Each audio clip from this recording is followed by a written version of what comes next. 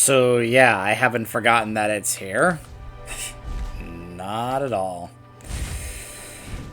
Hello everyone, welcome back to my soloing raid series. Now, I'm sure some of you are going, why are we in Silithus? Shouldn't you be starting up the Legion raids? Yeah, here's the thing. We're here for a couple of reasons. Now, before I explain, something's off. You know why? Because while I'm seeing this and while I'm kind of, showing that, well, that right there should kind of give you an idea as to what's going on. However, something's missing. Oh, a bronze dragon. Excuse me. Well met. Could you take me back to the time before there was a wound in the world here in Silithus? Like, specifically to when we were having the Ahn'Qiraj war against the Silithid and Cthulhu's forces and all that? Why, of course. Go with honor, friend. Ah, much better. There's the gong. Here's old Silithus. And there's the scarab wall. But of course, I'm sure many of you, the scarab gong. I'm sure many of you have memories of that. So perhaps I should explain. So we're here for one reason, however, there is something else I do need to explain, because I'm sure many of you have been waiting since the Hellfire Citadel video as to me doing the Legion raids. Here's the thing. There are a couple of encounters and a couple of different raids in that expansion that make it very difficult to solo. Blizzard was starting to really emphasize this idea of tank swapping mechanics, as well as having each tank handle and pull apart a couple of different bosses. In Trial of Valor and Taurus, there are a couple of bosses that require you to split them apart, otherwise they get a buff where they take 99% reduced damage.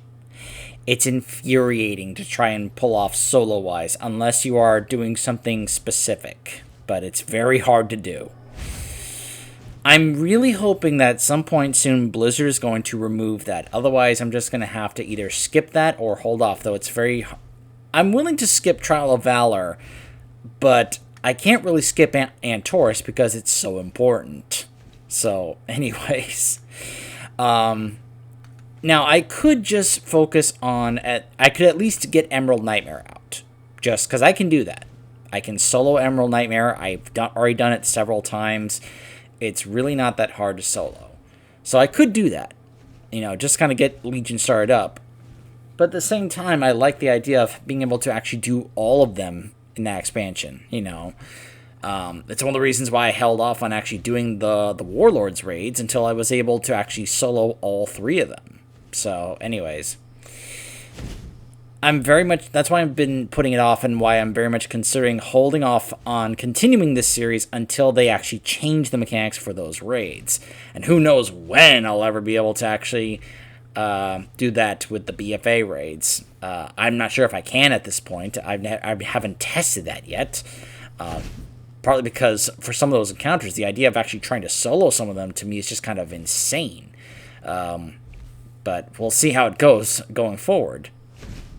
Anyways, in the meantime, the reason we are here is because I was looking through my series and I realized there was at least one raid I actually missed out on. Now, technically, there should be another in this series, and that's Upper Blackrock Spire, because that was actually a raid back in Vanilla, like a 10 to 15 man raid or so back then. However, I've actually already done a full video on that, at least the current version from Warlords as a dungeon, because that was the Leroy Jenkins in place. So that's I've already covered that whole place because of the Leroy Jenkins thing. So it's kind of like I've already done a video on that place, so there's really no need to do that in this series. However, there is one notable place I actually skipped out on, partly because I kind of thought it was unnecessary to do one on this, but I may as well just go ahead and just go ahead and show it and add to it. And there is a team. See, the thing is, this place is not very lore relevant. Not like Temple of Ahn'Qiraj. Because here's the thing. Back in the day, when the Scare Ball here opened, these two places were opened. Now, these two different instances, these two different raids, are labeled differently. There's Rack and Tack, because it was Ruins of Ahn'Qiraj and Temple of Ahn'Qiraj. Now, another way to distinct the two of them is AQ20 and AQ40. Because Temple of Ahn'Qiraj, which is over there to the right where Cthulhu is, that was a full 40-man raid. The one we're looking at today is AQ20 because it was a 20-man raid. It wasn't a full-on 40-man raid back then. It was kind of a side raid tier kind of thing.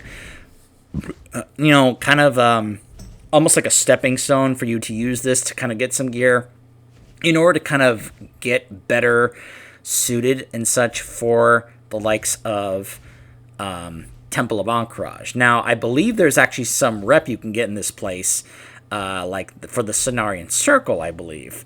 So there were other different reasons, like there were also some tier sets and such, and other different pieces of gear that you could get, because you would go through here, you would get rep, and the more rep you got for each level, you could get access to other things. So there was multiple reasons to do this instance. It's not as, because there's less bosses in here, there's less territory to run around in, and even though Assyrian has a little bit of interesting lore to him, and there is another boss with a teensy bit of lore to him, this is a very... it's somewhat of a forgettable place because it's not very lore relevant. There's not a lot of lore to the bosses and such in here. However, there are a couple of interesting things about in here, and from what I've heard, this was another place where some of the bosses are really not that interesting. Although I've heard some people like Preach Gaming actually talk very highly about this. He actually loves this raid more than Temple of Ahn'Qiraj. He has personal fond memories of this place, which I can understand that he would feel that way.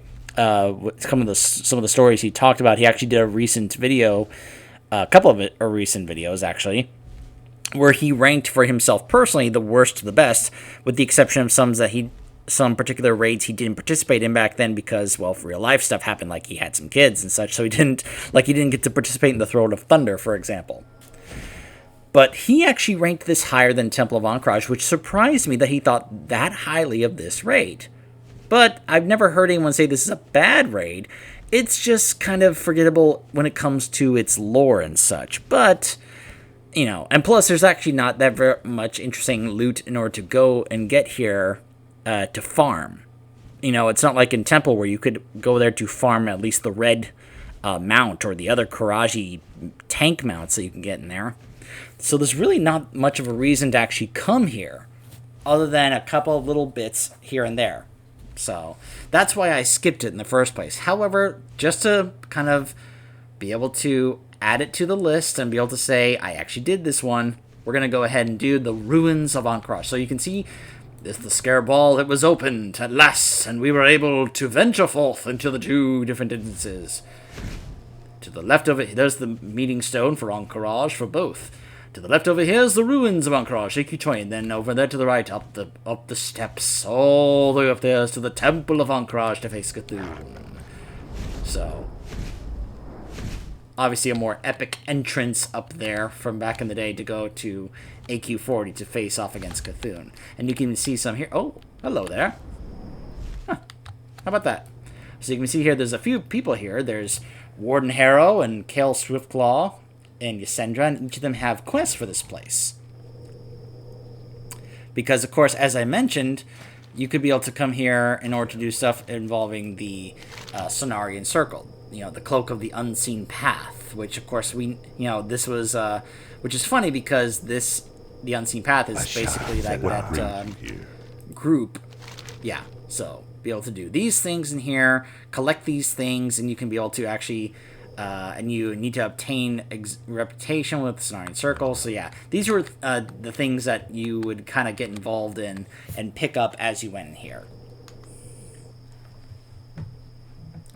So, one of the ideas as to why we are going in here is because I guess you could say the idea here is that we are going in here to try and weaken the Silithid forces, as well as take down one of the head honchos in here, in order to make things a little easier for us to get into the Temple of Ahn'Qiraj, because it would be more difficult for us to do so without taking these guys. Now, what's interesting is that in the Warcraft Chronicles Volume 3 book, it says that both the Horde and the Alliance split their forces to deal with these two places.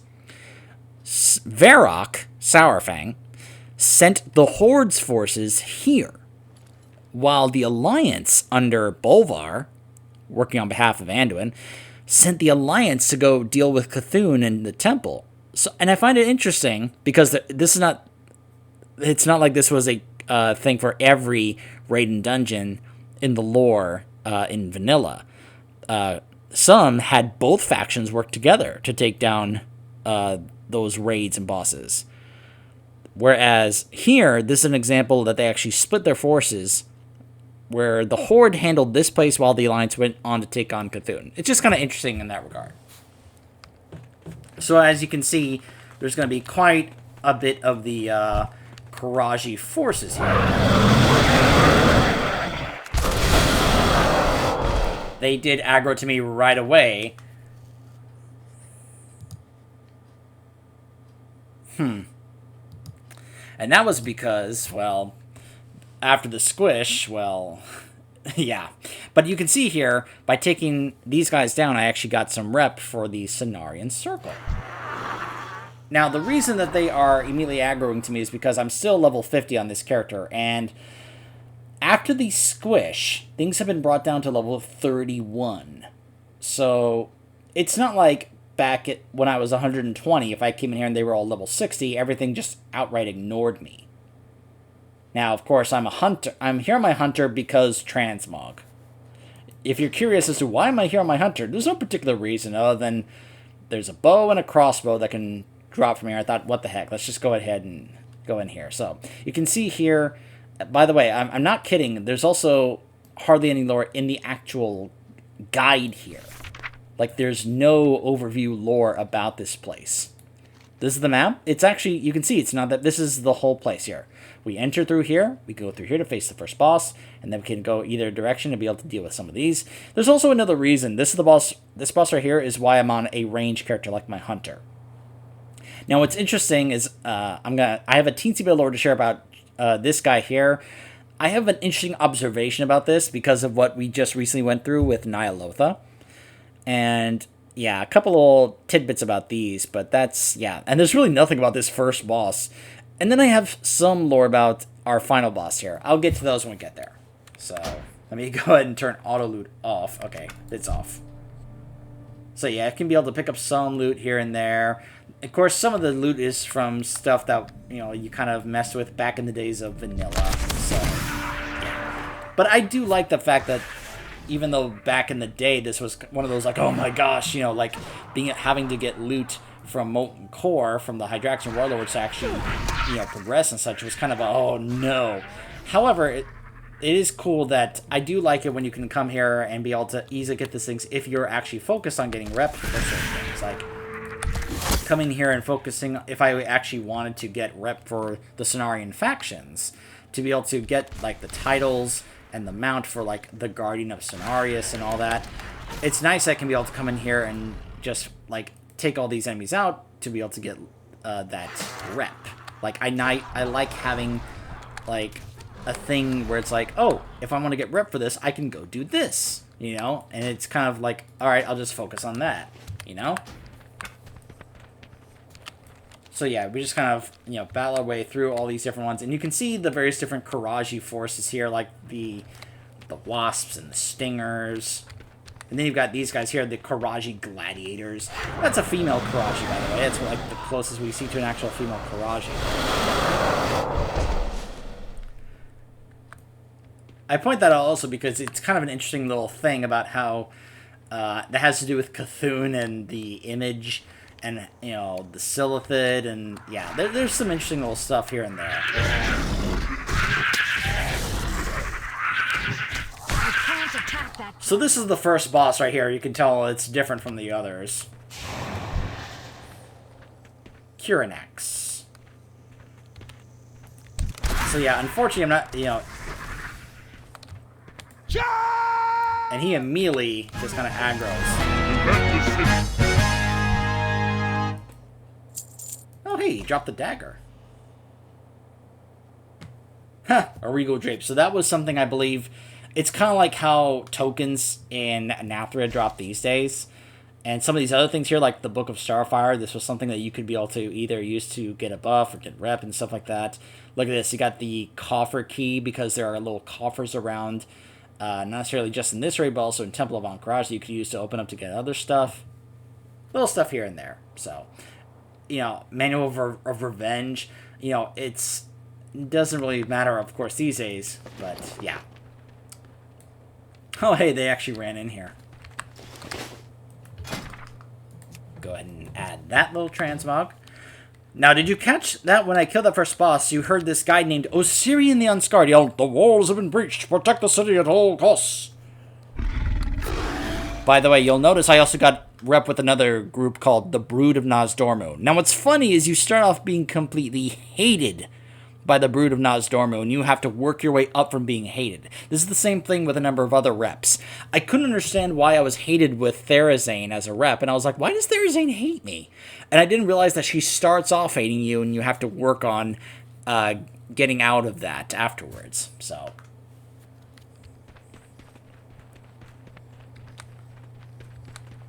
hello there. Lieutenant General Andorov.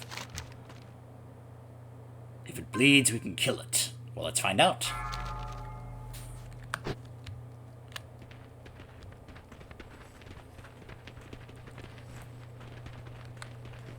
Remember, Rajax, when I said I'd kill you last? I lied. Look at you, you Arnold Commando wannabe.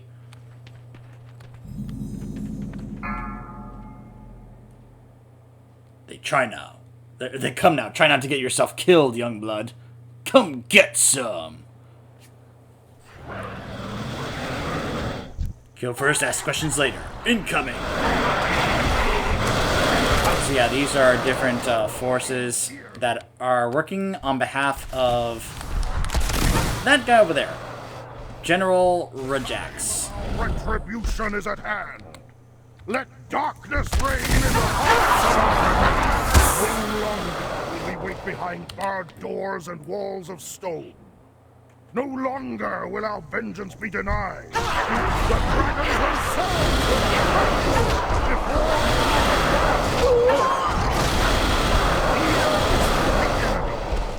fear and death. I was like, why are there these sounds so much louder than him?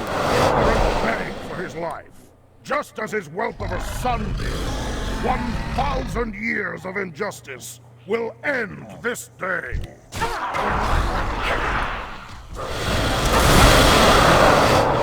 time has come. Go and hide in the Emerald Dream and pray we never find you.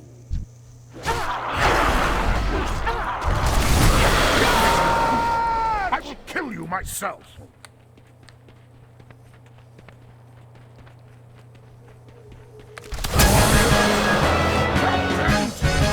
Continue the fight. So yeah, if you didn't pick up on that from his old dialogue, this is the guy who killed Fandral Staghelm's son. So back in the War of the Shifting Sands, his son... Hold on, let me double check what his name was. I actually looked this up just a bit earlier in preparation for this video. Valston Staghelm led a campaign against the Karaji, which ultimately failed and resulted in his public execution at the hands of Rajax, this guy right here.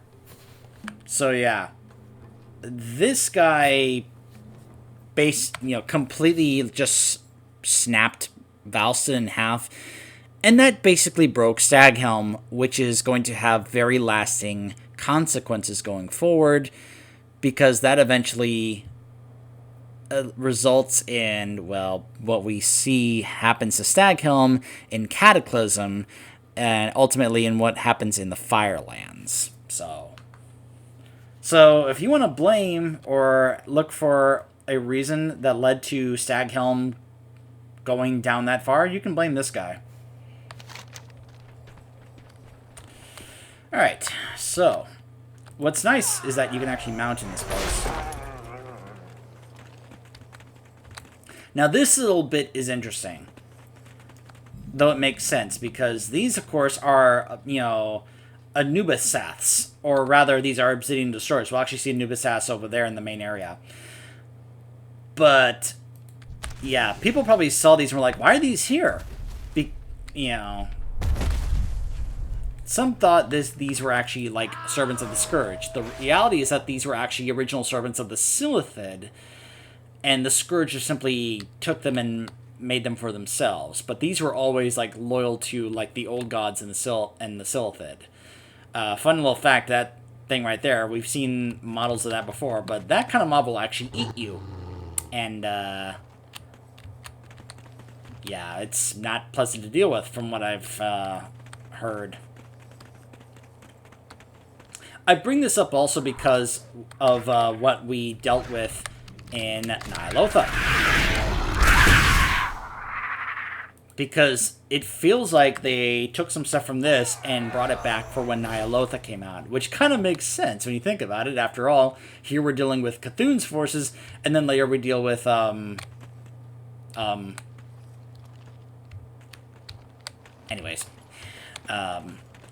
N'Zoth's forces. So, and I bring that up also because of this boss over here. Moam.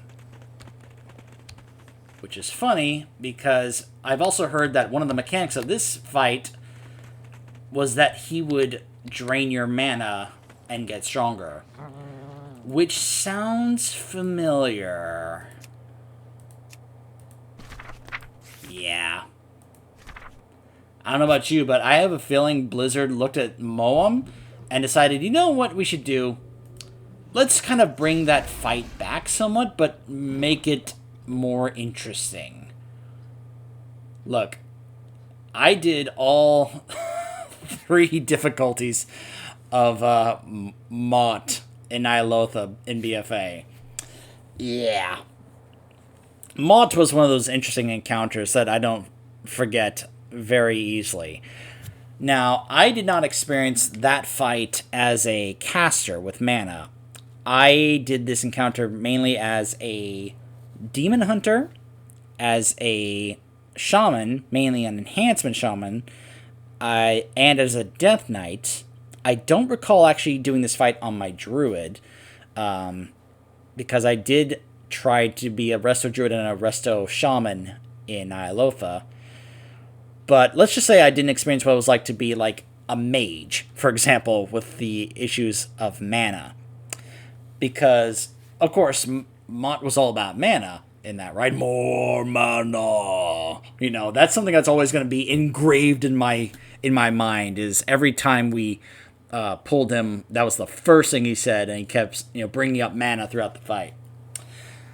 Well, Moam was one of the first ones to be like that in World of Warcraft. So, I have a sneaky feeling that this guy was inspiration for the Mott fight. That they decided, you know what, let's try and bring that back and make it more modern and more interesting. Just kind of really build on that small little basis of the idea of these guys draining your mana and such. Just a thought. I have no confirmation on that or no evidence. I don't know if there have been any interviews about that yet, but then again, I don't really hear that many people asking Blizzard, hey, how did you do this in Ny'alotha, or anything about this in BFA, because, well, yeah, I'm one of the few people in the world who doesn't hate or despise BFA. I mean, don't get me wrong, I don't look back on it with a lot of fondness. But there are some things about BFA I'm always going to remember, and I do like, and, well, I'll be honest, I have a lot of personal fond memories from my time in BFA, because that was really the first time I, got to experience a number of things for the first time. Now, maybe because we ended up in a very, terrible time and situation with the pandemic and such, it allowed me to have more time to work on these things. And it just so happened to be during the time of BFA, as opposed to, say, nowadays in Shadowlands. Alright. So, this next boss... Alright, so you can see that there's a easier, simpler way to get down there in order to get to him. However, I have heard that there was a jump right here. Oh boy! Oh, I did it. So I've heard this was a jump you could do back then. Apparently I just kind of inadvertently pulled off right, where you would land here in the water and be fine from the fall damage. So you'll notice these eggs. So this is Buru the Gorger. So from what I understand, this fight was kind of interesting in the fact that what you had to do is you had to bring him over to these eggs, because he has this shield on him, that little, big shield on his head. It's mainly just kind of a big shell. The idea was that you would bring him over to these eggs, and you would break the egg, which would cause damage to him, because you really couldn't do damage to him until you broke the shell. You broke enough of the eggs with his face right next to them, and then you could be able to actually do damage to him and be able to defeat him, because once enough eggs damaged him, it would actually crack and break the shell, exposing his brain, and then you could kill him.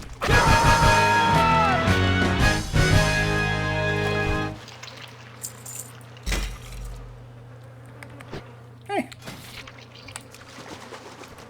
I'll take those.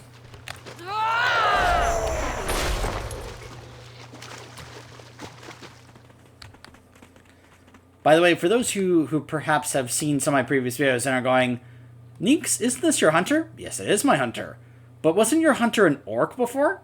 Yes, she was an orc. And now she's an undead. Because Blizzard said, hey, guess what? Undead hunters can be able to tame undead pets.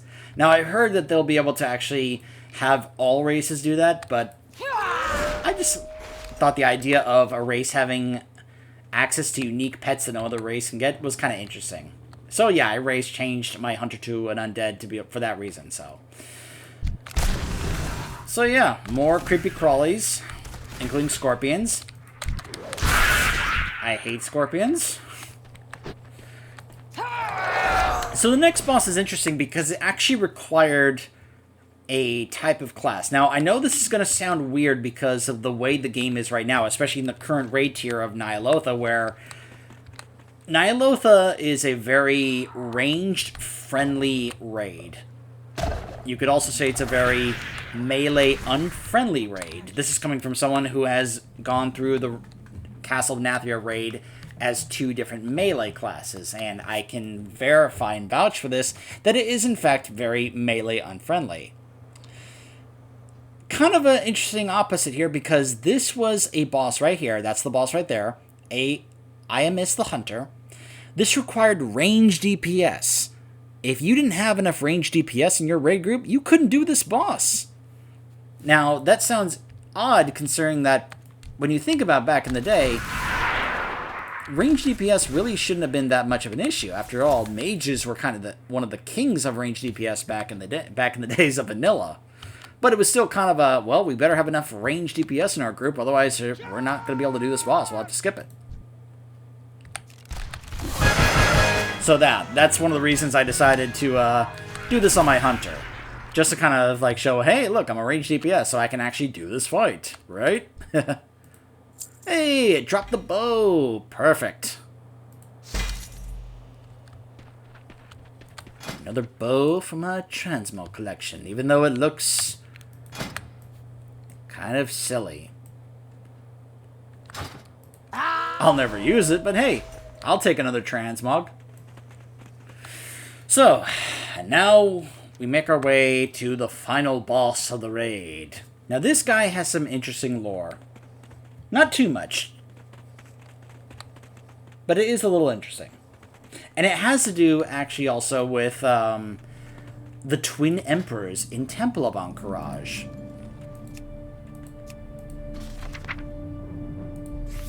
These guys. Veclor and Vecnalash. So, first off, these are the Anubisaths. These are what I was referring to earlier. These guys right here. Yeah, these very Anubis-looking like constructs.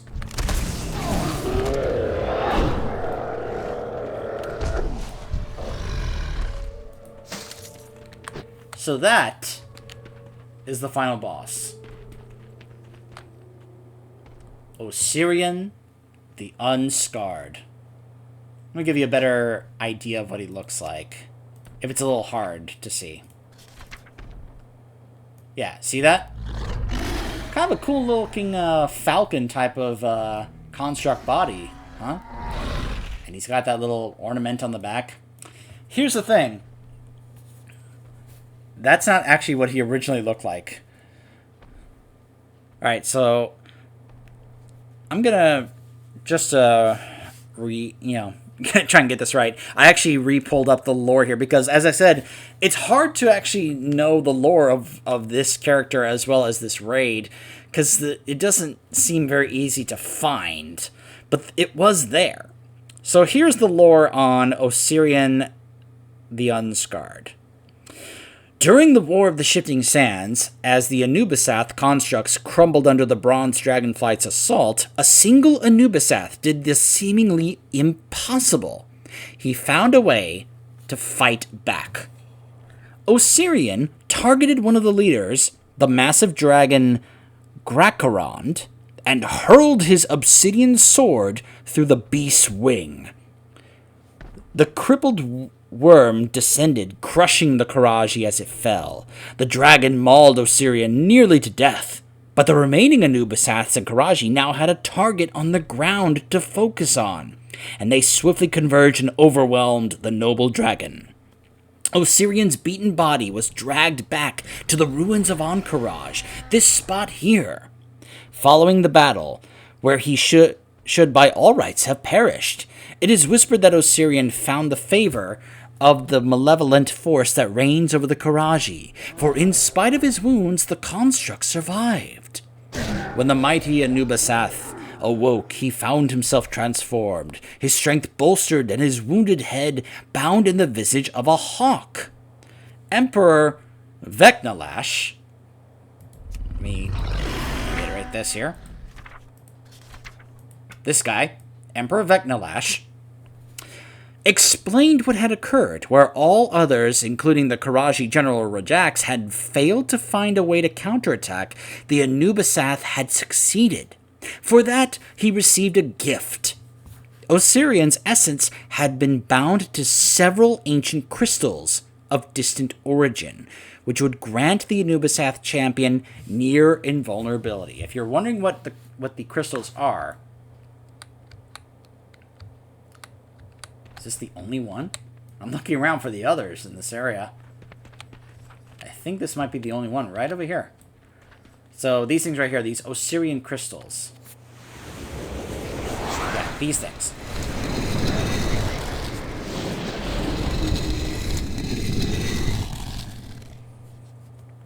So,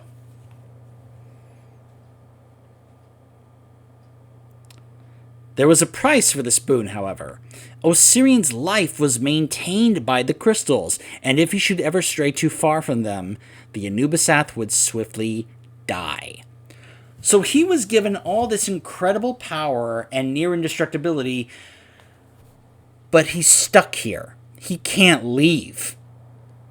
It's not like he could just give up the power. He would actually die if he left this place. So he was given all this power as a reward for his service and loyalty, and his reward is that he's stuck here. He's incredibly powerful, but he can't leave. Think about that. You're given all this incredible power, but you are forced to stay in the same spot, and you can never leave. Just think about that for a second. Would you want that? As others learned of Osirian's survival, the Anubisaths began to refer to him as the Unscarred, revering him as a nearly invincible hero. The legends say that Vecnalash secretly entrusted Osirian with the responsibility of maintaining a watch on General Rajax to ensure that the commander would never fail again.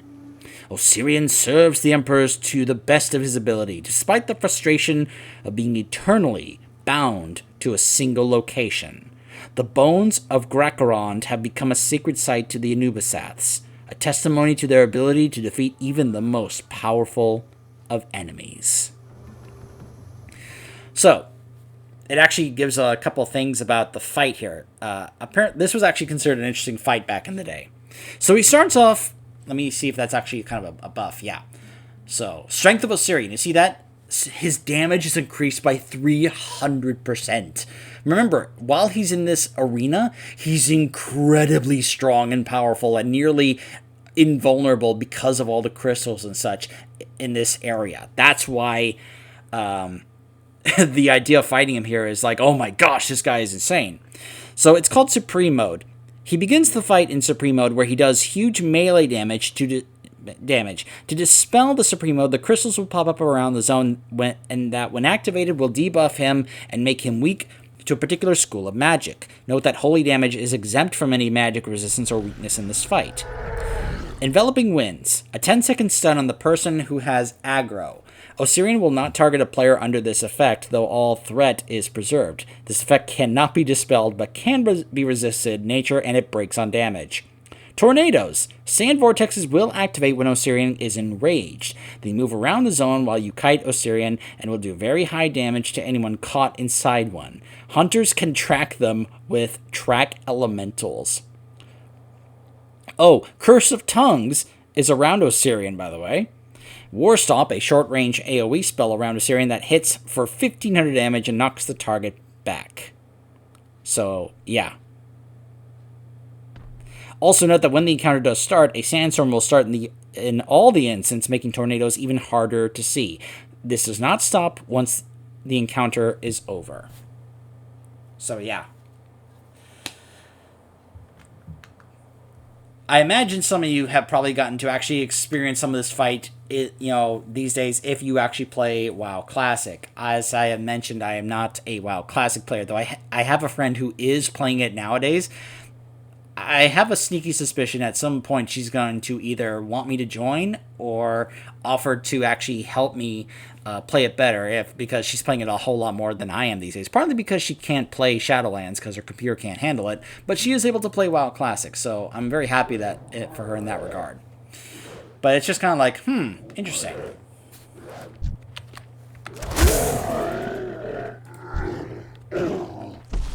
All these Anubisaths just keep walking over to me.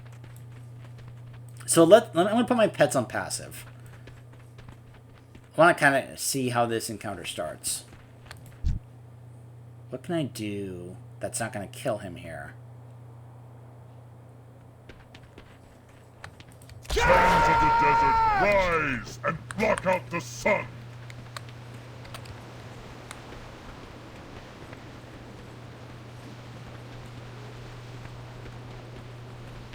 So yeah, he's catching up pretty quickly. Oh, there's a crystal over here. Now, you see that? He did stun me.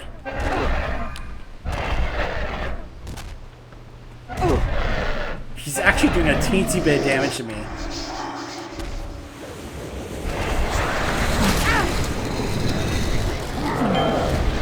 Aha! Arcane weakness. So here he would take a whole bunch of arcane damage for the next 40 seconds or so. Look at the knockback he's doing on me and the stun. Whew.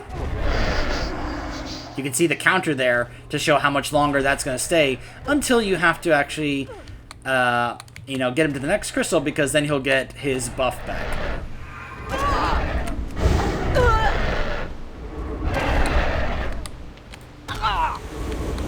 Now does this... Aha! Now it gives him frost weakness. And it puts the strength of Osirian back on cooldown.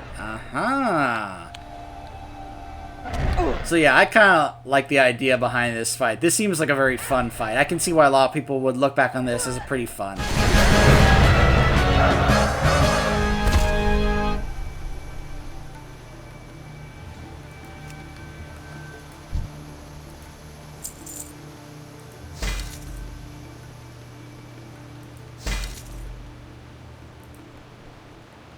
And he drops his head.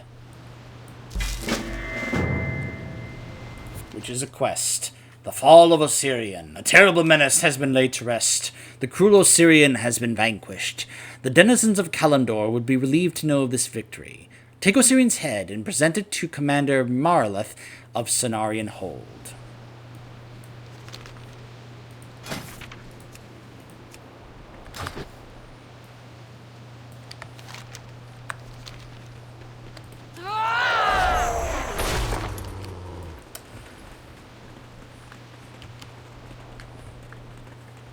If any of you have found this video, and perhaps you actually have some personal memories of, like, if you actually experienced this back in the days of actual vanilla, and I'm not talking about WoW Classic today, I'm talking about, like, vanilla back in the day. Feel free to share and comment, about this. If you have any personal memories or stories, feel free to share them. I would love to hear them from you.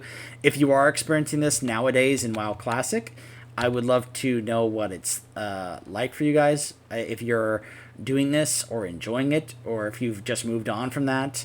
I would imagine so, since nowadays not only is Temple of Ahn'Qiraj out, but so is Naxxramas. And with the announcement of Burning Crusade Classic, I imagine some people are getting hyped and excited and getting ready to do that, and I don't blame you in the slightest. If you're curious about whether or not I'm going to check it out myself, well, that kind of depends on how they decide to do it.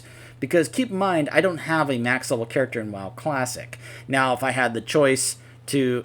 Here's something I do like. They're giving you the choice if you want to just simply stay in vanilla and not do Burning Crusade. Like, you will actually have the option to choose a different type of server. From what I've seen, there's going to be two different kinds of servers. There's going to be the server where you can just simply stay in vanilla, and then there's going to be a server where you can actually progress forward to Burning Crusade. And I think that's awesome. I think that is great that that is actually an option. Are they actually going to chase me all the way to the entrance? Are they really going to do that? Let's see how far they'll go. Will they actually chase me all the way to the raid entrance? They're still coming. That's funny. I'm now friendly with the Saurian Circle.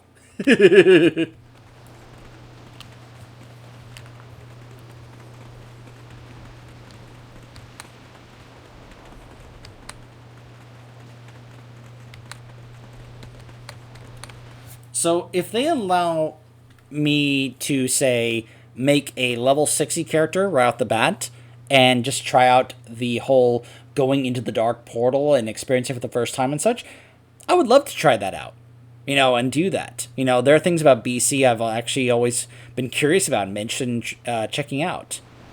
But as I've also said, the way WoW was back then is just not really a style that I enjoy. That's one of the reasons why I wasn't really interested or enjoying WoW Classic when I tried it out. It's just not for me. I'm not saying it's bad, I'm just saying it's not for me. So, now if it's going to require me to level a character, I may not actually get to check it out and experience it. But I'll be happy for those who do. So, anyways, let's see if I can actually go ahead and find... is this person... Oh, this person's all the way over here. And you'll actually get a neck piece. That's kind of funny.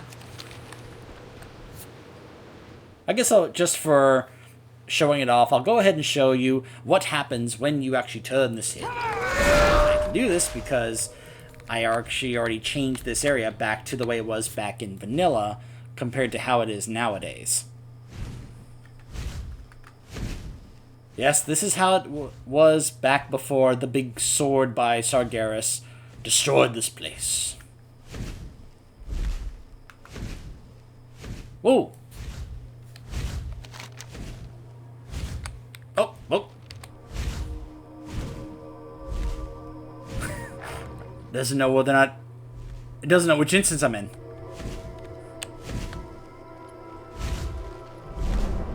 Lovely, isn't it? You know, I remember questing through this area when I was first experiencing what it was like to level a character in WoW. I actually made it to this zone because I was mainly questing in Kalimdor because I was on my Orc Shaman. And I got here, and I was just like, oh my gosh. This is nasty. Now, what's funny is I've heard some people had a reaction where they actually thought there was going to be a Warcraft-Starcraft crossover because some people thought this was the Zerg. Which I find hysterical. Would have been awesome. By the way, you can see there's actually a portal here. What do you need? Be safe. Go to the Blessed Lands. Greetings. I bring the head of Assyrian the Unscarred. I offer you my highest commendation and your choice of an item of power. You have done the people of Kalimdor a great service. Farewell. Soldiers of Kalimdor, heroes of Silithus, one among you has dealt a vicious blow to our mortal enemies. Arlena and her allies have relieved the ruins of Ahn'Qiraj and of its merciless leader. Assyrian the Unscarred, the scourge of Silithus, has finally been destroyed and his armies wholly dismantled. And so now, with Osirian done, we could be able to head into the temple to face Cthulhu. Now, I've already shown that on camera, but just to kind of give you an idea, that was kind of the idea of what was going on here. So, that's the Ruins of Ahn'Qiraj. I feel like I have now done all of them. Let's just kind of go through this list. I've done everything on this list, even Battle for Mount Hyjal, even though that was just a nauseating, painful experience.